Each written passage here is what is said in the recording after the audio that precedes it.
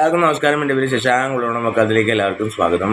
ഈ വീഡിയോ ഇപ്പോൾ ഞാൻ ചെയ്യുന്നതെന്ന് വെച്ചാൽ നമ്മുടെ ഒരു ഹിജാബ് വിഷയം ഉണ്ടായില്ലോ. ഹിജാബ് വിഷയത്തിൽ ഞാനൊരു വീഡിയോ ചെയ്തിട്ടുണ്ടായിരുന്നു. ഇപ്പോൾ ഞാനൊരു പ്രമുഖ യൂട്യൂബർ, അതായത് കേരളത്തിൽ വളരെയധികം സ്റ്റാർട്ടിങ് തൊട്ട് യൂട്യൂബിൻ്റെ ഒരു സാരഥിയാണ് അദ്ദേഹം. സോഷ്യൽ മീഡിയ വളരെയധികം പ്രമുഖനാണ്, ട്രാവൽ വ്ളോഗറാണ്. അദ്ദേഹം ചെയ്തൊരു വീഡിയോ കാണാനുണ്ടായി. അദ്ദേഹം ഹിജാബ് വിഷയത്തിൽ പ്രതികരിച്ചൊരു വീഡിയോ കാണാനുണ്ടായി. അപ്പോൾ അദ്ദേഹത്തിന് ആ കുടുംബത്തിന് നേരിട്ട് അറിയാം, അല്ലെങ്കിൽ ഒരു കണക്ഷൻ ഉണ്ട്. അപ്പോൾ അദ്ദേഹം പറഞ്ഞത് ഹിജാബ് എന്നുള്ള അവരുടെ മതപരമായിട്ടുള്ള വിശ്വാസമാണ്, ആ മാനേജ്മെൻറ്റ് അതിനെ റെസ്പെക്റ്റ് ചെയ്യണം, അല്ലാണ്ട് നമ്മൾ അങ്ങനെ ആ വേറൊരു സ്കൂളിൽ പോയി പഠിക്കുക, പറ്റുകയാണെങ്കിൽ പഠിച്ചാൽ മതി, അങ്ങനെയൊന്നും പറയാൻ പാടില്ല. കാരണം നമ്മൾ സിഖുകാരൊക്കെ നമ്മൾ ഇൻക്ലൂഡ് ചെയ്യുന്നതാണ്.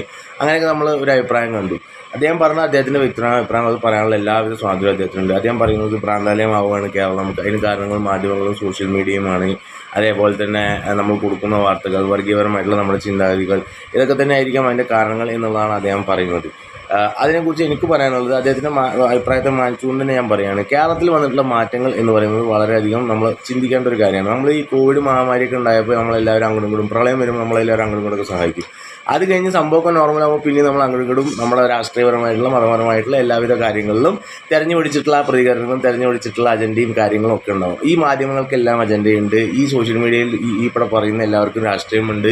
ആരും ന്യൂട്രലായിട്ടല്ല ചിന്തിക്കുന്നത്. എല്ലാവർക്കും അവരുടേതായിട്ടുള്ള ഐഡിയോളജി, വിശ്വാസം, അല്ലെങ്കിൽ ഏത്തിസ്റ്റ് ആയിട്ടുള്ള ആളുകൾ, അങ്ങനെയുള്ള ആളുകൾ തന്നെയാണ് ഇവിടെ അഭിപ്രായത്തിൻ്റെ മെയിനായിട്ടുള്ള എക്കോസിസ്റ്റത്തിൽ വന്ന് നിൽക്കുന്നത്. അവർക്ക് മനുഷ്യത്വവും മനുഷ്യനാകണം എന്ന് പറയുകയും എന്നാൽ അവരുടെ നിലനിൽപ്പിന് വേണ്ടി മതത്തെ മര്യാദയ്ക്ക് യൂസ് ചെയ്യുന്ന ഒരു രാഷ്ട്രീയ ബുദ്ധിജീവി സമൂഹത്തിലെ, പ്രബുദ്ധ സമൂഹത്തിലെ അംഗമായിട്ട് മാറുന്ന ഒരു സാധാരണ ജനതയാണ്. അതാണ് സാധാരണ ജനത, പ്രബുദ്ധത നടിച്ചുകൊണ്ട് പൊട്ടന്മാരായി ജീവിക്കുന്ന ജനത.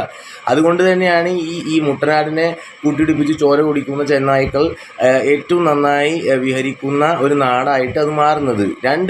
2014 വരെ കേരളത്തിൽ ഈ എലമെൻറ്റ്സ് ഒക്കെ ഉണ്ടായിരുന്നു. ഈ എലമെൻറ്റ്സും ഈ വ്യത്യാസങ്ങളും കാര്യങ്ങളൊക്കെ ഉണ്ടായിരുന്നു. 2014 ശേഷം കേരളത്തിൽ എന്താണ് സംഭവിച്ചതെന്ന് വെച്ച് കഴിഞ്ഞാൽ, എന്ന് ഇന്ത്യയിൽ BJP അധികാരത്തിൽ വന്നു അന്ന് തൊട്ട് കേരളത്തിലെ രാഷ്ട്രീയ പാർട്ടികൾ, അതായത് വലതും ആയിക്കോട്ടെ ഇടതും ആയിക്കോട്ടെ, ഇവർ രണ്ടുപേരും ഉപയോഗിക്കുന്ന ഒറ്റ തന്ത്രമാണ് ഭൂരിപക്ഷ രാഷ്ട്രീയത്തെ, അല്ലെങ്കിൽ ആ വർഗീയത വരുന്നു എന്ന് പറഞ്ഞ ആളെ പേടിപ്പിച്ചുകൊണ്ട്, പുലി വരുന്നേ പേടിപ്പിച്ചുകൊണ്ട് ന്യൂനപക്ഷത്തെ വർഗീയതയെ വളർത്തിക്കൊണ്ട് വരിക, ന്യൂനപക്ഷത്തെ വർഗീയതയിൽ അസഹിഷ്ണുത കൊണ്ടുവരിക, അല്ലെങ്കിൽ ഒരു അരക്ഷിതാവസ്ഥ കൊണ്ടുവരിക, എന്നിട്ട് അത് വോട്ടായി മാറ്റുക.